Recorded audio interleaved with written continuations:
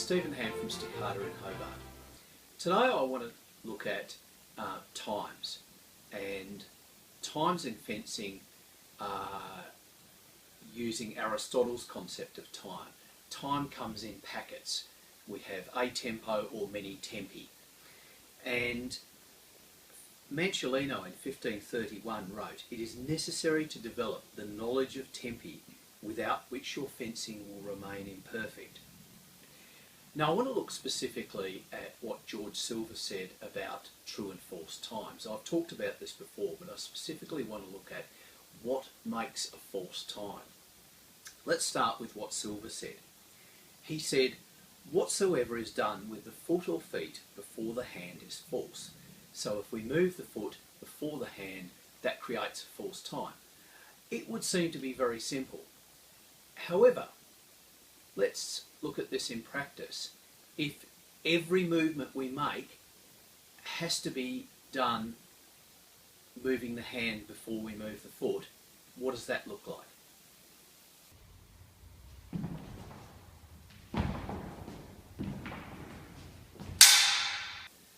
Obviously what you've just seen is pretty silly. Not all foot movements need to be preceded by hand movement. What made what you just saw silly? The fact that the two fencers, myself and my son, were well out of distance to each other. There's no way we could have struck each other. And so in that instance, moving the hand forward does absolutely no good, and in fact might actually make you vulnerable. So what is the rule about what makes a true and a false time? Obviously, Silver just gave a blanket rule. I think if you met Silver today, he'd probably look and say, well, obviously if you're out of distance, it's not a true and false time. Can we get anything from other fencing masters that might allow us to look at what Silver said and maybe analyse it in more depth? Salvatore Fabris, who wrote in 1606, said quite a bit about tempi. He said, "A tempo is a movement that the opponent makes within the measures. If he were to move outside the measures, it would not be a tempo, but merely a movement or mutation, because in this discipline, tempo also implies an occasion to wound, or at least to take some advantage over the opponent." That's from chapter 10 of Fabri, and I'm using Tom Leone's translation. Now, speaking of Tom Leone, I've taken quite a few classes with him at various events, and he summarises that in what I think is a really beautiful way. He says, outside distance, time does not exist. Movements that you make, what Fabri is saying is that movements that you make outside of what Fabri calls wide measure, the distance where you can reach your opponent in one movement, aren't tempi. Right? So if somebody is 20 feet away from me, is 5 metres away from me, then what does it matter what I do? They can't reach me, they can't hurt me, so that does not constitute a tempo. So it doesn't matter whether I move the foot or the hand first, and I don't have to do the ludicrous thing you just saw of swinging my hand when I'm stepping towards my opponent who's 20 feet away. Now what I'm about to show you is really showing what I was just talking about. I'm going to show you an instance where somebody is making a movement outside distance and show you that no tempo is created, no opportunity to wound or to gain an advantage over the enemy.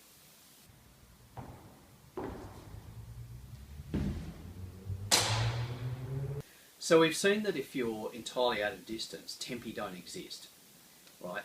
There are no tempi, there are no opportunities in which you can strike or wound the opponent.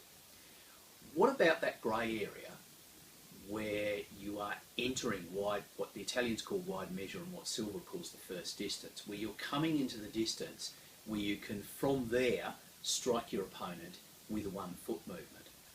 Both Fabris and Silver recommend that when you're entering wide measure, against somebody with an extended point on line, that you should gain their blade. Silver calls this making narrow space upon their blade. Now, obviously, this wouldn't make an awful lot of sense if somebody's in true guard or in open fight, if somebody's in a guard where the point is not on line to the opponent, where the point is not extended and in fact could even be held pointing backwards. So what's to be done there? When you enter wide measure, you need to do it with a foot movement. Fabris states that it is important to make sure that the tempo necessary for your attack is not longer than the tempo given by your opponent. So what this means in terms of entering wide distance is, if you do it in a circumspect fashion, if you enter wide distance, then you should be safe. Your opponent can now attack you in one movement, but you should have the time that they will take in coming in that one bit movement. If you're right at the edge of wide measure of the first distance, their tempo will be so long that you will be able to defend yourself. Conversely, if you rush in to wide measure and close distance very rapidly, you can find yourself in all sorts of trouble.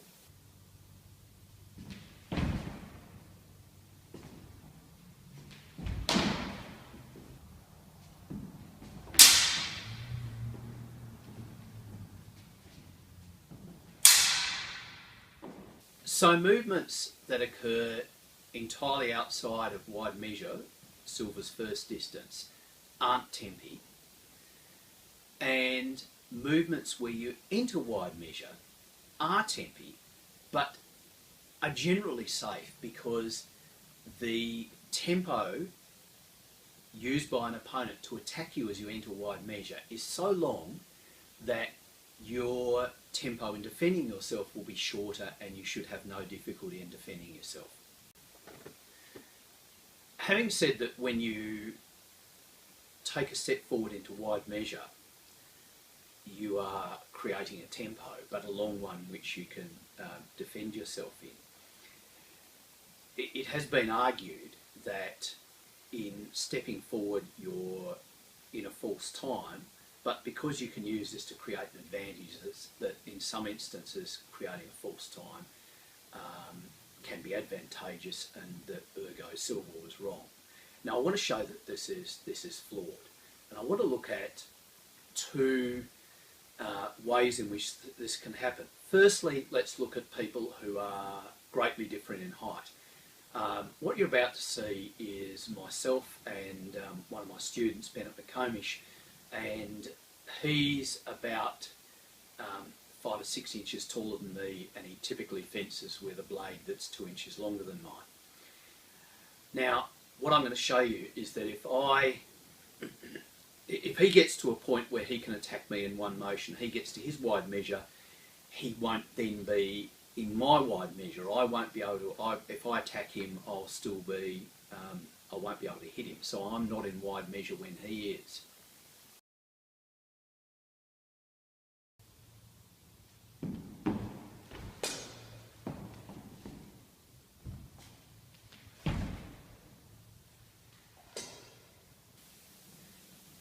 If you're the same height as your opponent or thereabouts, even if you move into wide measure, firstly, as we've seen, you can provoke an attack from your opponent, which you should be able to easily defend because they have to attack you in a long tempo, or you can attack yourself.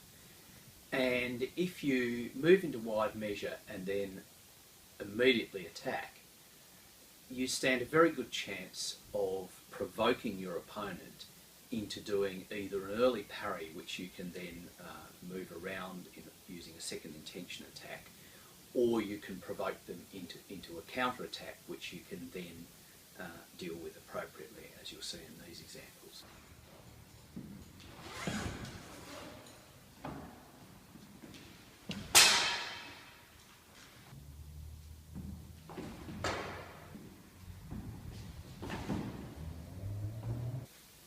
So, what's the key to understanding what is and is not a false time? And specifically, why weren't the actions that you just saw false times, where I stepped into distance, moving the foot but not the hand, and then attacked, moving the hand before the foot? Well, the key is, of course, that those actions are not done in a single tempo. A tempo as defined by Aristotle, and that's the meaning of time that was used pre-Isaac Newton. That was the meaning that was used by people like Silver and Fabris. Aristotle defined a tempo as a movement between two stillnesses, or a stillness between two movements. So when I step into wide measure, that's one tempo. When I then attack, then that's a second tempo. And as you will have seen, that second tempo is true according to Silver's definition. The hand and the weapon move before the body and the foot. So as long as the tempo in which you enter close distance, what the Italians referred to as misura stretta, close distance, and what Silver referred to as within distance, as long as you come within distance in a true time, then your time is true. If you enter close distance, if you come within distance with anything other than your weapon first, then you are, by Silver's definition, in a false time. So, critically, what do we have to think about in terms of what creates a false time?